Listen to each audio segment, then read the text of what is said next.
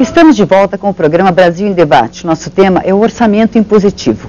Recebemos no estúdio os deputados Araújo de Oliveira, do PSD do Rio de Janeiro, e Bongás, do PT do Rio Grande do Sul. A gente parou discutindo a questão das emendas parlamentares. O deputado Bongás citou uma das iniciativas de diversos governos do PT, que é o orçamento, a participação da população na elaboração do orçamento.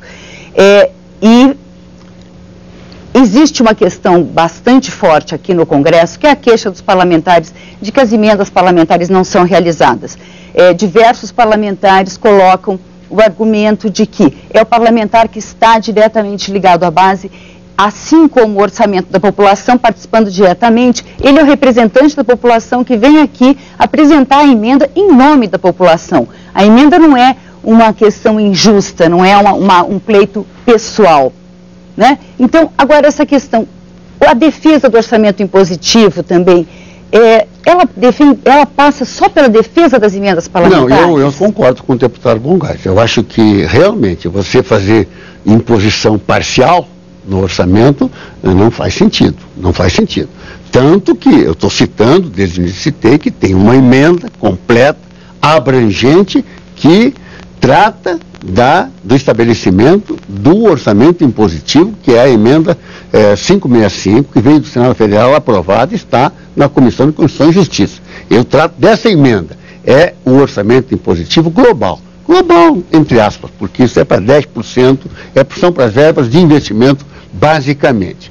E eu defendo, aí sim, que nas peças orçamentárias, seja na lei de diretrizes orçamentárias, seja na própria lei orçamentária, e principalmente no PPA, que é um plano de médio prazo, esse plano, então, garante a continuidade das obras. Evita a existência daquelas, do contingenciamento no início do ano, dos restos a pagar, que são os grandes problemas desse tipo de orçamento. Além de reduzir drasticamente, tenho certeza disso, pensa nisso, você que está nos ouvindo, reduzir a corrupção. Hoje, as aplicações frouxas, sem fiscalização, levam aos preços exorbitantes. Nós estamos pagando, executando obras que poderíamos fazer 2 vezes mais se não houvesse os aditivos, se não houvesse o sobrepreço, se não houvesse todo, porque falta fiscalização, porque quando você faz o orçamento impositivo, após um período, os projetos começam a acontecer na base, onde a população participa, sim, ela quer aquela ponte, quer aquela estrada, e vai arrumando, e os preços todo mundo conhece, não vão poder variar aqueles preços, e é aquela população que vai fiscalizar a execução do seu orçamento. Então, deputado Araújo de Oliveira, agora quem está falando, quem vai falar com a gente é o deputado Bongás. O senhor concorda? Não, eu acho que o que o deputado está colocando é o que eu defendo. É um aprimoramento da peça orçamentária. É diferente do que invadir responsabilidades. Então, por exemplo, nós deputados, que temos o compromisso e temos instrumentos hoje de fiscalizar, só não fiscaliza quem não quer, ele vai acompanhar a peça orçamentária. Este aprimoramento, esse é fundamental. Sobre o tema da emenda parlamentar do indivíduo, deputado que tem lá um valor X para indicar, e depois tem barganhas políticas, negociações, quero dar minha opinião, Vânia, da minha opinião, eu sou contra emenda parlamentar. Eu acredito que nós, deputados, fomos eleitos pela coletividade, pelo povo, para debatermos orçamento, para fazermos leis, para fazermos fiscalizações, para reunirmos a comunidade, para debatermos com o governo, para fazer esse desenvolvimento acontecer. Não para eu estar indicando uma emenda X, Y, num ou num determinado lugar. Enquanto elas existirem, eu estou fazendo um debate com a comunidade, tipo orçamento participativo sobre as emendas. Isso eu estou fazendo. Agora, o que nós queremos aqui? Vou dar um exemplo da presidenta Dilma. A presidenta Dilma fez um edital, e aí o senhor vê como é importante que o deputado levantou. Fez um edital para comprar patrola, moto livradora, reta escavadeira, e agora ainda vai fazer o novo edital para também comprar caminhões para as prefeituras com menos de 50 mil habitantes. Vão ser doados aos municípios.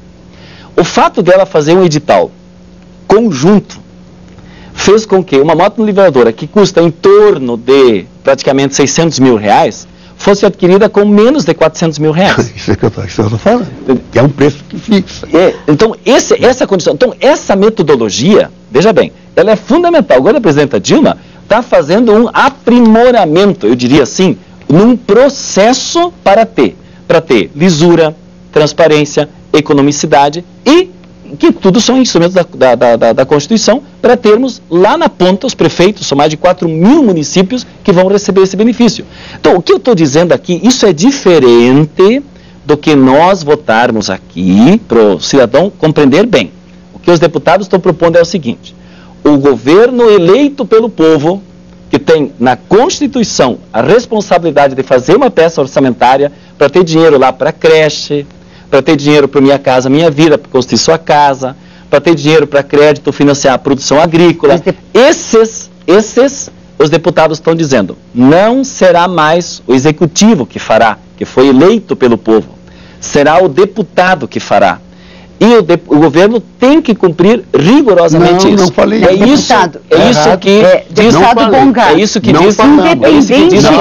independente da posição que o senhor tem. Isso que diz a PEC. As creches serão feitas nos locais onde foram destinados. Não por questões eleitorais depois se tira aquela creche dali e bota na outra comunidade. É isso que é o orçamento impositivo. Deputado Bongás, independente da posição do senhor sobre as emendas parlamentares individuais, elas também constam em lei, assim como o Poder do Executivo propor uma peça orçamentária. Eu já fui deputado. A questão que eu gostaria de colocar para ambos. Existe uma prática política de ficar, como não é impositivo, o que o Executivo, e eu não estou me referindo a nenhum governo especificamente, o que o Executivo faz? Cada votação importante negocia emenda a emenda com os parlamentares para conseguir uma base de apoio. Quer dizer, o Congresso fica nas mãos do Executivo para realizar suas emendas parlamentares. E o Executivo na mão do Congresso. Isso é uma prática política saudável? Não, está errado, As duas coisas estão erradas. Veja bem, Vânia. Deputado Araújo de Oliveira está tentando falar, deputado Bongás, só dá licença de dizer aqui. Eu concordo. Acho que as emendas parlamentares, eu como fui deputado, já estou aqui há 30 anos, eu como fui deputado sem emenda parlamentar e depois com emenda parlamentar, eu digo que O que é melhor? É com ou sem emenda? É sem emenda. Sem emenda, parlamentares. Isso. Nós temos que ter emendas de bancadas, de estados, porque aí os investimentos serão regionalizados. Quando você faz essa emenda parlamentar, você picota e nós corremos riscos de haver muita corrupção. Um chuveiro para aplicação indevida desses recursos, para desvios de recursos, e já tivemos casos aqui na casa. Aqui não foi só anões do orçamento, não. Nós tivemos agora, recentemente, a questão do sanguessuga, já no governo, inclusive, do presidente Lula. Quer dizer, já foi. Quer dizer, por quê? Porque esse orçamento é assim. Mas então, o que eu acho ruim nessa proposta de fazer emenda parlamentar impositiva só para as emendas dos parlamentares é que é algo parcial e não tem nenhuma justificativa. O que eu defendo é a PEC que veio do Senado aprovada, que está lá, é a PEC que faz um orçamento impositivo global, que pode ser feito durante um período de transição, em 3, 4 legislaturas, mas que quando chega lá na ponta exista aquele conceito que tem nos Estados Unidos, por exemplo, que tem na Inglaterra, por exemplo. Lá não existem essas questões de outra coisa. O orçamento impositivo, ele acaba eliminando uma praga que nós temos aqui, que é a falta de governabilidade. Em nenhuma democracia madura, você ouve essa palavra, é para garantir a governabilidade. Que história é essa? Isso não existe. Só existe aqui.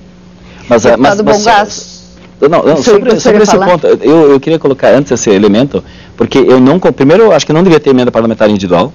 A PEC que está tramitando aqui, ela é para engessar tudo, desde a emenda do deputado. Não engessa. Deixa eu dar uma ideia. Mas eu ouvi a sua ideia. Para quem está ouvindo o debate não consegue entender quem está falando. Não, mas é que eu ouvi ele atentamente, ele sempre me atrapalha na minha fala. Então eu quero dizer conversar com o cidadão. O que é o engessamento? O engessamento é o seguinte, impõe pela Câmara que não foi eleita para isso. Se o cidadão elegesse o deputado para fazer isso, é uma coisa, mas ela não elegeu ele para isso. Elegeu ele para fiscalizar, para fazer o projeto, para fazer leis.